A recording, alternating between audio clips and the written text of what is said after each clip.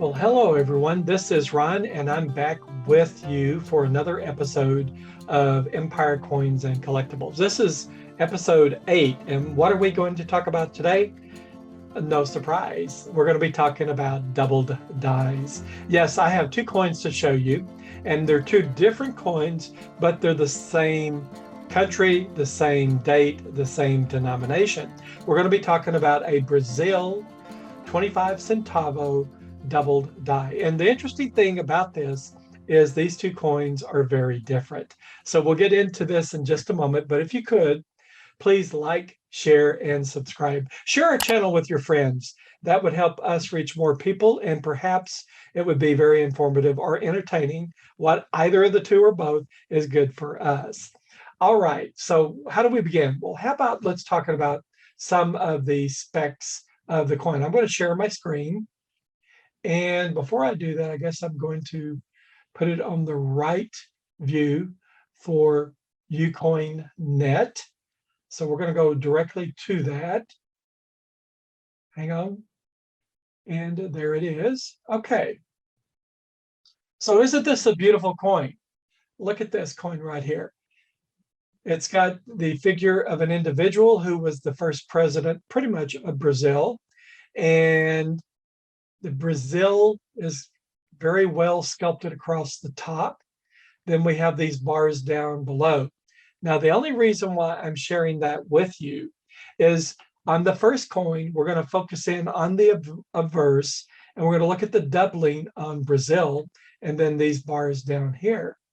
And then we'll flip it over and show you the reverse. Now, on the coin that I have, the first coin, there's another error. You know, we have a error variety doubled die, and then we have an error on this coin, which is on the reverse.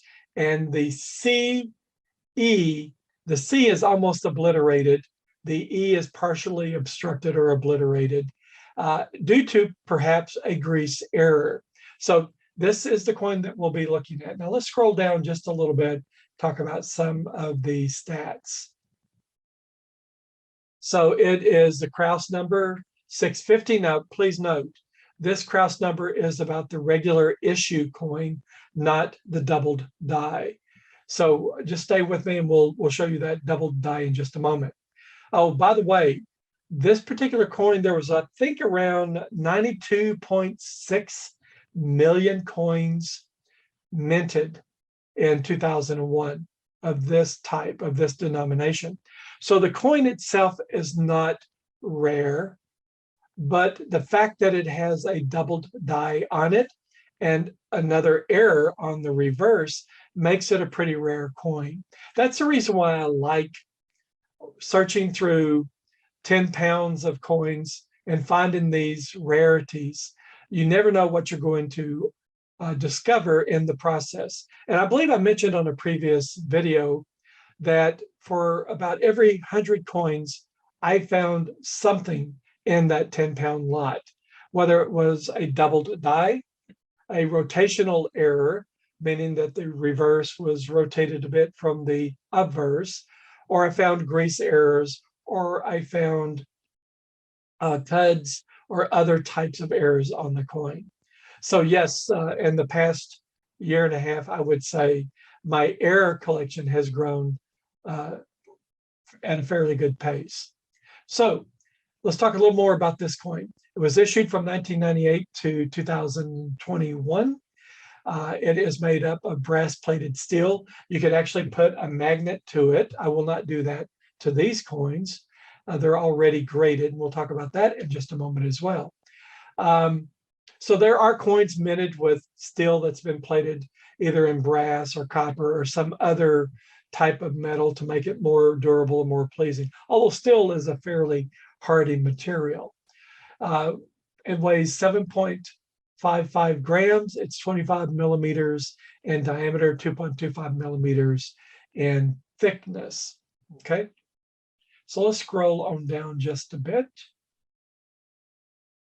find out a little bit more about the coin. Yeah, now here is the mintage. Come down here, 2001. Let me scroll it up, put it center up in the page. 2001, there was 92,624,000 that were issued. And these particular coins are worth about 31 cents in terms of US dollar amount. So yes, it's not, the coin itself is not very valuable, but the error is. So I'm going to stop the share, and we're going to go now to the coin itself. And let me unpin the views so you can see this coin. We're going to move in to the coin. I think you can see it now. And we're trying to get all of Brazil in here. And I think that's a really good view right there. Wow, look at that. Look at the beautiful coin. Now, you guys might say, again, I think I mentioned this in the previous episodes, it doesn't take much to impress Ron, does it? But I want you to look here. If we can point with the ink pen, look at that B and look at the hump right there. That hump is caused by a lower B being minted on the working die. So we have two B's, one above the other. And you can see that same hump right here on the R. There's a higher R and a lower R. The same on the A higher A and a lower A. And not so much the way this view is on the coin right now for the S, but look at the I. Certainly you can see the doubling on the I right there. There's the higher I and then the lower I right there. And then we have the higher L and the lower L. Pretty magnificent, isn't it? That it takes no real squinting of the eyes to see it. The doubling is there. It's separating from one another, the features are. And that meets the criteria for me to add this particular coin to my doubled die collection. And what that means is I said that you need to have good separation of the letters or of the feature that's doubled. And you can clearly tell that there is doubling that has occurred. Let me move it down a little further and it will be even clearer. Look at the bars down here.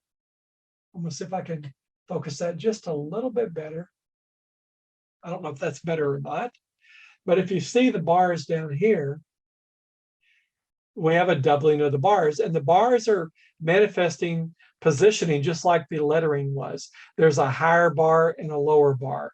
That's its doubled image. A higher bar and a lower bar all across here. So we have two features that were doubled when this die was made. And clearly there's no guessing about it.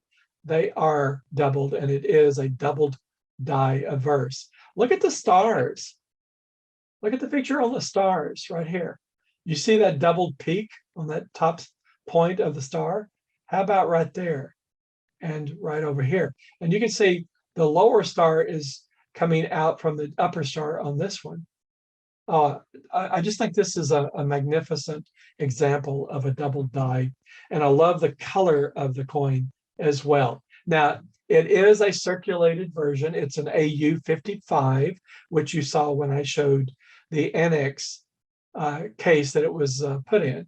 And by the way, annex once again provides a quality product, great presentation. I like the colors of their label. It really makes the coin stand out.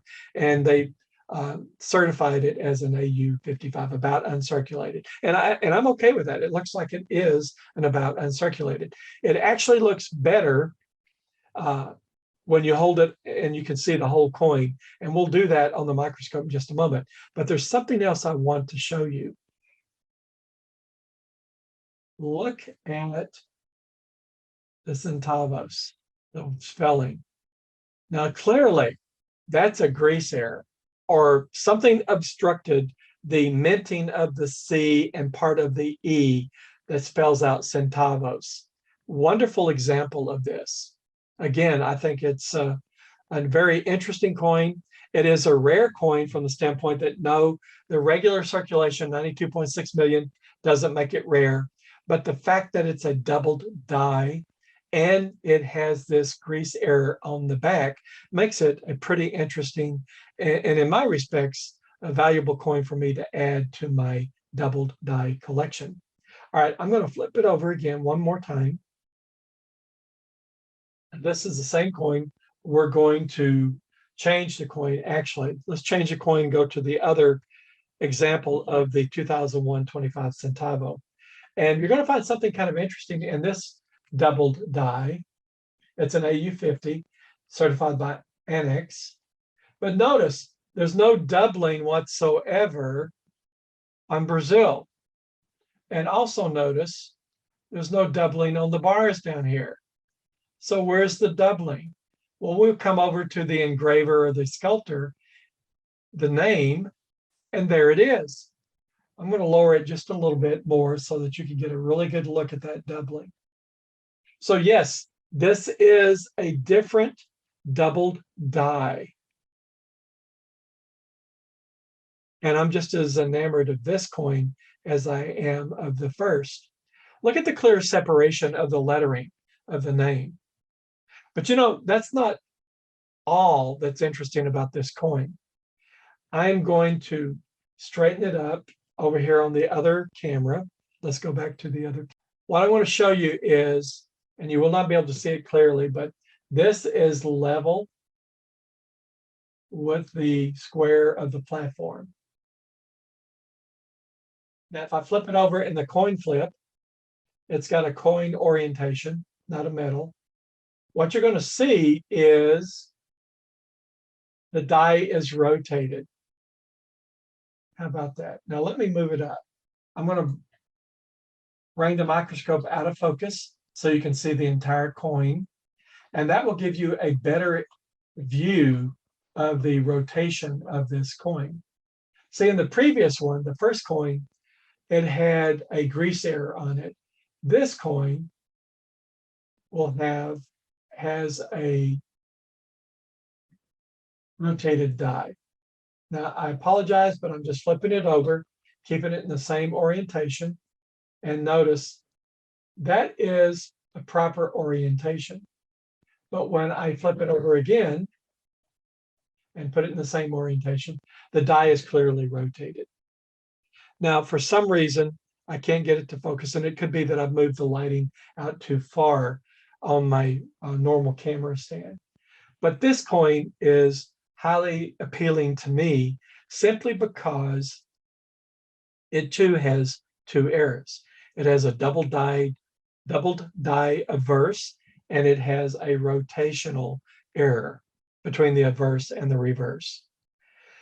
Now, the interesting thing about this is clearly there is a rotational error, but Annex certified it only with the doubled die. Now, why is that? Well, there's a couple of reasons I think this is true. Most companies that certify coins will put a minimum amount of rotation required to exist on the coin before they'll call it out as an error. So perhaps it wasn't large enough of a rotation, although this is pretty striking to me. The other thing that could have been the reason why they didn't call it out is because I asked them to verify that this was a double die. Now, you pay for the certification and what you think it is, and they will confirm it. But you pay extra. Most of these companies will charge you extra to fully attribute all that coin is, whether it's a certain variety, whether it has different types of errors on it. So it could have been either of those two reasons as to why they didn't show the rotational error on the label here. But in any case, it doesn't really matter. I find it very interesting. That was what I wanted to show with respect to this coin. I'm going to now show the original double die, the AU55, in all of its glory, and we'll do the wrap up. So I hope you found this interesting. Yes, double dies are, maybe it's an American thing, I don't know. You know, the Brits like other types of errors, perhaps a little more than double dies. They do call them out when you go searching on eBay over there, but sometimes I call them out as double struck. That's not double struck. the die, the working die when it was created was double struck, but the working die is the one that creates and imprints the doubled image on the coin as it's being minted. But in any case, I find this so very, very interesting. I hope you have found it very interesting.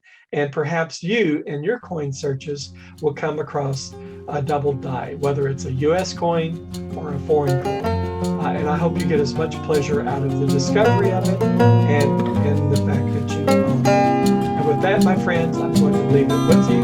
Take care. Be careful out there.